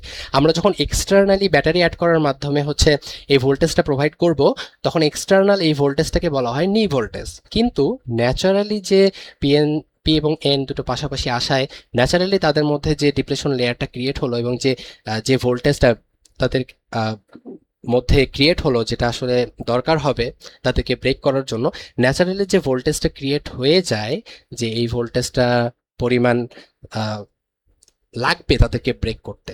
সো আমি এখনো ব্রেক করিনি, আমি যদি এক্সটার্নালি ওই পরিমাণ অ্যামাউন্ট অফ ভোল্টেজ প্রোভাইড করি, তখন ওই ভোল্টেজটাকে বলা হচ্ছে নি ভোল্টেজ। কিন্তু ন্যাচারালি ওদের মধ্যে যে ব্রেকডাউন করতে যে ভোল্টেজটা দরকার হয়, যে ক্রিয়েট হয়ে আসে, এইটাকে বলা হচ্ছে ব্রেকডাউন ভোল্টেজ। অর্থাৎ একটা ভোল্টেজ হচ্ছে ন্যাচারালি ইনসাইডে ক্রিয়েট হয়ে যায়, আরটা হচ্ছে আমরা এক্সটার্নালি এই অ্যামাউন্ট অফ ভোল্টেজটা প্রোভাইড করি যাতে আমরা ওই ডিপ্লেশন লেয়ারটাকে ব্রেক করতে পারি। নি ভোল্টেজ এবং ব্রেকডাউন ভোল্টেজের ভ্যালুটা কিন্তু সেম, অ্যামাউন্ট অফ ভোল্টেজ সেমই লাগে, জাস্ট কনসেপ্টটার মধ্যে একটু ডিফারেন্স আছে। ওকে, আই থিঙ্ক ক্লিয়ার। এবার হচ্ছে ব্রেকডাউন ভোল্টেজ সম্পর্কে আমরা একটু দেখব, যে রিভার্স বায়াসিং এর ক্ষেত্রে, স্পেসিফিকলি রিভার্স বায়াসিং এর ক্ষেত্রে আমরা কিন্তু এখানে দেখে এসেছিলাম যে রিভার্স বায়াসিং এর ক্ষেত্রে আমরা হচ্ছে যতই ভোল্টেজটাকে ইনক্রিজ করতে থাকি, তত ডিপ্লেশন লেয়ারটা মোটা হতে থাকে, রাইট? ডিপ্লেশন লেয়ারটা বাড়তে থাকে। একটা নির্দিষ্ট অ্যামাউন্ট অফ ভোল্টেজ যখন আমরা দিয়ে ফেলি, অর্থাৎ হিউজ অ্যামাউন্ট অফ ভোল্টেজ যখন আমরা প্রোভাইড করে থাকি, তখন একটা ঘটনা ঘটে। কি ঘটে? যে তখন আমাদের যে ভ্যালেন্স ব্যান্ডটা, অর্থাৎ ভ্যালেন্স শেলটা, অর্থাৎ লাস্ট কোনো একটা পরমাণুর লাস্টের যে শেলটা থাকে, সেই শেলে যে ইলেকট্রনগুলো থাকে, যখন আমরা এই রিভার্স বায়াসিং এর ক্ষেত্রে ভোল্টেজটাকে অনেক বাড়িয়ে দেই, তখন একটা মিনিমাম লিমিট আছে, ওই লিমিটটা যখন ক্রস করে ফেলি, তখন আসলে হিউজ অ্যামাউন্ট অফ কারেন্টের ক্রিয়েট হয়, রাইট? আমরা বলেছিলাম যে একটা নির্দিষ্ট পরিমাণ ভোল্টেজে পৌঁছাইতে পারলে আমরা এই লেয়ারটাকে ব্রেক করতে পারি, ডিপ্লেশন লেয়ারটা, তখন আর এই লেয়ারটা থাকে না, তখন হিউজ অ্যামাউন্ট অফ একটা কারেন্টের ক্রিয়েট হয়। সো আমরা যে ভোল্টেজটা এত পরিমাণ বাড়িয়ে দিলাম, অ্যাজ আ রেজাল্ট লাস্ট শেলের যে ইলেকট্রনগুলো, এই ইলেকট্রনগুলো হচ্ছে নিউক্লিয়াসের আকর্ষণ থেকে মুক্ত হয়ে যায়, অর্থাৎ এই ইলেকট্রনগুলো ফ্রি ইলেকট্রনে কনভার্ট হয়ে যায়। এই যে ফ্রি ইলেকট্রনে কনভার্ট হয়ে গেল, এই ফ্রি ইলেকট্রন গিয়ে আবার কি করে, আরেকটা ভ্যালেন্স ইলেকট্রনকে আঘাত করে, যার ফলে সেই ইলেকট্রনটাও আবার ফ্রি হয়ে যায়। আবার এই দুটো ফ্রি ইলেকট্রন গিয়ে আবার আরেকটা ভ্যালেন্স ইলেকট্রনকে আঘাত করে, ফলে আরেকটা ইলেকট্রন ক্রিয়েট হয়ে যায়। মেইনলি যেটা হয় যে আমরা যখন হিউজ অ্যামাউন্ট অফ রিভার্স বায়াসে huge amount of voltage provide করি, তখন আসলে অনেক গতিশক্তি ক্রিয়েট হয়, অর্থাৎ এই ইলেকট্রনের ফ্লোটা অনেক ফাস্টার হয়, অনেক দ্রুত হচ্ছে ইলেকট্রনগুলো মুভ করতে থাকে। অ্যাজ আ রেজাল্ট এই হিউজ অ্যামাউন্ট অফ মুভমেন্টের কারণে সে ভ্যালেন্স শেল থেকে ফ্রি ইলেকট্রনে কনভার্ট হয়ে যায়, অর্থাৎ আকর্ষণ থেকে মুক্ত হয়ে যায়। এবং যখনই মুক্ত হয়ে যায়, এই ইলেকট্রনটা গিয়ে আরেকটা ভ্যালেন্স ইলেকট্রনকে আঘাত করে, অ্যাজ এ রেজাল্ট সেই ভ্যালেন্স ইলেকট্রনটাও ফ্রি ইলেকট্রনে কনভার্ট হয়ে যায়। এবং এই প্রসেসটা হচ্ছে একটা রিভার্সেবল, বা আমরা এটাকে বলতে পারি হচ্ছে যে চেইন প্রসেস, অর্থাৎ এটা ঘটতেই থাকে। একটা ইলেকট্রন কি আরেকটা ইলেকট্রনকে ফ্রি করে, এই দুটো গিয়ে আবার চারটাকে ফ্রি করে, চারটা গিয়ে আবার আটটাকে ফ্রি করে, এভাবে হচ্ছে হিউজ অ্যামাউন্ট অফ ফ্রি ইলেকট্রনের কনসেপ্ট বা প্রডিউস হয়ে যায়, free electron huge amount of. এই যে huge amount of free electron produce হয়, এই ব্যাপারটাকে বলা হয় avalanche of free electron, right? আমি হচ্ছে আপনাদেরকে দাগ দিয়ে জিনিসটা বোঝানোর ট্রাই করলাম যে অ্যাভালান্স অফ ফ্রি ইলেকট্রন আসলে কি, যে এই যে হিউজ অ্যামাউন্ট অফ ফ্রি ইলেকট্রনের ক্রিয়েট হলো একটা চেইন রিয়াকশনের মাধ্যমে, এই ব্যাপারটা কি বলা হচ্ছে অ্যাভালান্স অফ ফ্রি ইলেকট্রন। আমি আশা করছি যে আপনাদের এই ব্যাপারটা আমি বুঝাতে পেরেছি, যে আসলে এই ব্যাপারটা আসলে কিভাবে ক্রিয়েট হয় অ্যাভালান্স অফ ফ্রি ইলেকট্রন। এটা আপনাদের কিন্তু একটা কমন, এটা চলে আসে কোশ্চেনের মধ্যে, অনেক সময় শর্ট কোশ্চেনে দিয়ে দেয় what is avalanche of free electron. আপনাদেরকে হালকা একটু এক্সপ্লেইন করতেও বলতে পারে যে অ্যাভালান্স অফ ফ্রি ইলেকট্রনটা আসলে কিভাবে ক্রিয়েট হয়। সো আমি হচ্ছে ওভারঅল প্রসেসটা আপনাদেরকে এক্সপ্লেইন করলাম। সো নি ভোল্টেজ আর ব্রেকডাউন ভোল্টেজের মধ্যে একটা সূক্ষ্ম পার্থক্য আছে, সেটা কিন্তু আমি অলরেডি এক্সপ্লেইন করে দিয়েছি, যে নি ভোল্টেজটা হচ্ছে আমরা এক্সটার্নালি যেটা প্রোভাইড করি, আর ব্রেকডাউন ভোল্টেজ হচ্ছে ন্যাচারালি, যেটা ওর মধ্যে নিজস্ব ন্যাচারাল ওয়েতেই হচ্ছে ক্রিয়েট হয়ে যায়, যেটা দিতে হয় হচ্ছে ওটাকে ওভারকাম করতে চাইলে। সো নি ভোল্টেজ এবং ব্রেকডাউন ভোল্টেজের যে অ্যামাউন্ট বা যে ভ্যালু, সেটা কিন্তু সেম, কনসেপ্টটা আলাদা। তো আমরা এখানে গ্রাফের মাধ্যমে এটা দেখতে পাচ্ছি যে সিলিকনের ক্ষেত্রে হচ্ছে 0.7 ভোল্ট যদি আমরা দিতে পারি তাহলে হচ্ছে আমরা ওই লেয়ারটাকে ব্রেকডাউন করতে পারি, অর্থাৎ এই যে নি ভোল্টেজ যেটা আমরা এক্সটার্নালি দিচ্ছি 0.7 ভোল্ট আমরা এক্সটার্নালি দিব, দ্যাটস ওয়াই আমরা এটাকে নি ভোল্টেজ বলতেছি। এক্সটার্নালি যদি আমরা প্রোভাইড করতে পারি তাহলে হচ্ছে আমরা লেয়ারটাকে ব্রেক করতে পারবো, ডিপ্লেশন লেয়ারটাকে, এবং সেক্ষেত্রে কিন্তু আপনাদের এই যে কারেন্টের যে ফ্লোটা এটা কিন্তু অনেক দ্রুত হচ্ছে, দেখেন অনেক র্যাপিডলি হচ্ছে। আবার সেমভাবে জার্মানিয়ামের ক্ষেত্রে 0.3 ভোল্ট দিতে পারলে আমরা হচ্ছে লেয়ারটাকে ওভারকাম করতে পারি। তো যে জিনিসটা আমি বলেছিলাম ওটা হচ্ছে শর্টে এখানে দেয়া রয়েছে যে ব্যারিয়ার ভোল্টেজটা হচ্ছে অবস্টাকেল ইনসাইড দ্য ডায়োড, এটা হচ্ছে ইনসাইড দ্য ডায়োড অবস্টাকেল যেটা ক্রিয়েট হয়ে যায়, যেটা ন্যাচারালি ক্রিয়েট হয়। আর নি ভোল্টেজ হচ্ছে যে আমরা এই লেয়ারটা বা ডিপ্রেশন লেয়ারটাকে ওভারকাম করার জন্য এক্সটার্নালি যে ভোল্টেজটা প্রোভাইড করি, অর্থাৎ ডায়োডটাকে অন করার জন্য এক্সটার্নালি যে ভোল্টেজটা দিই সেটাকে হচ্ছে সেই মিনিমাম ভোল্টেজটা কে বলা হচ্ছে নি ভোল্টেজ, যেটা দিলে আমাদের ডিপ্রেশন লেয়ারটা আর থাকবে না, আমরা ওভারকাম করতে পারবো এবং খুব সহজেই আমরা কারেন্টের ফ্লোটা ঘটাতে পারবো। একদম লাস্ট টপিকে আমরা চলে আসছি যে কিছু লিমিটেশন তো আসলে থেকেই যায়, রাইট? সো আমাদের এখানেও আসলে পিএন জাংশন বলেন বা বলেন যাই বলেন, এখানে হচ্ছে কিছু লিমিটেশন রয়েছে যে ফরওয়ার্ড কারেন্ট এটার হচ্ছে একটা ম্যাক্সিমাম অ্যামাউন্ট বা একটা লিমিট কিন্তু রয়েছে। আমরা চাইলে কিন্তু ফরওয়ার্ড বায়াসিং এ চাইলে হিউজ অ্যামাউন্ট অফ ভোল্টেজ কিন্তু প্রোভাইড করতে পারবো না। সো ম্যানুফ্যাকচারিং টাইমেই হচ্ছে কিছু লিমিট কিন্তু বলা থাকে যে হ্যাঁ এত অ্যামাউন্ট অফ ভোল্টেজ বা এত অ্যামাউন্ট অফ কারেন্ট তুমি ম্যাক্সিমাম এটার মধ্য দিয়ে প্রবাহিত করতে পারবা। এর থেকে বেশি যদি আমরা দিয়ে দিই তাহলে কিন্তু ওটা ওই ডিভাইসটা কিন্তু নষ্ট হয়ে যাবে। হ্যাঁ, সেম ভাবে আসলে এই জিনিসগুলো কিন্তু কানেক্টেড, যেমন আমরা কারেন্ট বলি, আমরা ভোল্টেজ বলি, বা আমরা হচ্ছে পাওয়ার বলি, এগুলো কিন্তু সব কানেক্টেড, রাইট? আমরা জানি যে পাওয়ার কিছু ফর্মুলা আছে, আমরা হচ্ছে ভোল্টেজের কিছু ফর্মুলা কিন্তু দেখেছি, আমরা কিন্তু জানি যে কিভাবে কোনটা বের করে। সো এই যে ফর্মুলাগুলো রয়েছে, সরি, এখানে হচ্ছে V equals to I R, I equals to V by R হবে। সো এই যে ফর্মুলাগুলো যে রয়েছে, এই ফর্মুলাগুলোর মাধ্যমে কিন্তু আসলে আমরা এই রিলেশনগুলো দেখতে পারি। রিলেশনগুলো কেমন, যে যদি আমরা ভোল্টেজটাকে ইনক্রিজ করি তাহলে কিন্তু আমাদের আলটিমেটলি কিন্তু আমাদের কারেন্টের ভ্যালুটাও কিন্তু বেড়ে যাচ্ছে, right? So as a result আমাদের এই জিনিসটা আসলে খেয়াল রাখতে হয় যে ফরওয়ার্ড বায়াসিং এর ক্ষেত্রে আমরা আসলে কি পরিমাণ ভোল্টেজ দিচ্ছি, আমাদের ডিভাইস কতটুকু আসলে নিতে পারবে, তার লিমিটটা কতটুকু, এই জিনিসটা আমাদের হচ্ছে মাথায় রাখতে হবে, এটা একটা লিমিটেশন। দেন আমরা সেম ভাবে যখন রিভার্স বায়াসিং করি তখন একটা কনসেপ্ট চলে আসে যে পিক ইনভার্স ভোল্টেজ, অর্থাৎ রিভার্স বায়াসে যে আমরা ভোল্টেজটা প্রোভাইড করি সেটাকে কিন্তু আসলে আমরা ইনভার্স ভোল্টেজ বলছি, রাইট? সো এই যে ইনভার্স ভোল্টেজ এটার একটা পিক, অর্থাৎ একটা সর্বোচ্চ একটা মান কিন্তু আছে যে আমরা হাইয়েস্ট কতটুকু আসলে ইনভার্স ভোল্টেজটা প্রোভাইড করতে পারবো, এই কনসেপ্টটা কি বলা হচ্ছে পিক ইনভার্স ভোল্টেজ। তো এটারও একটা লিমিট দেওয়া থাকে, অবভিয়াসলি আমরা সেই লিমিটের বেশি যদি দিয়ে ফেলি তাহলে ডিভাইসটা নষ্ট হয়ে যাবে। আবার সেম ভাবে পাওয়ারের ক্ষেত্রে আমি হচ্ছে এখানে কিন্তু একটা ফর্মুলার মাধ্যমে দেখাইছি অলরেডি যে পাওয়ারের ক্ষেত্রে আমাদের কিন্তু ভোল্টেজ এবং কারেন্টটা কিভাবে রিলেটেড। সো সেম ভাবে আমি যদি ভোল্টেজটা দিতে দিতে একটা নির্দিষ্ট লিমিটকে ক্রস করে ফেলি, যে লিমিটটা পর্যন্ত হচ্ছে ডিভাইসটা নিতে পারে তার থেকেও বেশি ভোল্টেজ প্রোভাইড করে ফেলি, এবং আমি এক্সপেক্ট করি যে আমার পাওয়ারটা হচ্ছে আরো বেশি আমি পাবো, তাহলে সেটা কিন্তু হবে না, কারণ তার লিমিটটাকে ক্রস করে ফেললে কিন্তু সেই ডিভাইসটা আর ঠিক মতো কাজ করবে না, ডিভাইসটা নষ্ট হয়ে যাবে। সো পাওয়ার এফিসিয়েন্সি বা এফিসিয়েন্টলি ইউজ করার ক্ষেত্রেও কিন্তু আমাদের এই ব্যাপারটা একটু মাথায় রাখতে হবে। সো এই কয়েকটা লিমিট রয়েছে, মানে আমরা চাইলেই যে হিউজ অ্যামাউন্ট অফ ভোল্টেজ এখানে প্রোভাইড করতে পারবো এরকম না ব্যাপারটা। সো এই ক্ষেত্রে আমাদের কিছু লিমিটেশন কিন্তু থেকেই যায়। তো এই ব্যাপারটা আই থিঙ্ক আপনারা বুঝতে পেরেছেন। তো এই ছিল হচ্ছে আমাদের ওভারঅল মডিউল 1 এবং মডিউল 2 এর বেসিক আলোচনা। তো আমি আশা করি যে আপনাদের টপিকগুলো কভার হচ্ছে। আপনাদের যদি কোনো প্রবলেম থাকে আপনারা হচ্ছে কমেন্ট সেকশনে বলতে পারেন, আমরা ট্রাই করবো এগুলোর অ্যান্সার দেওয়ার।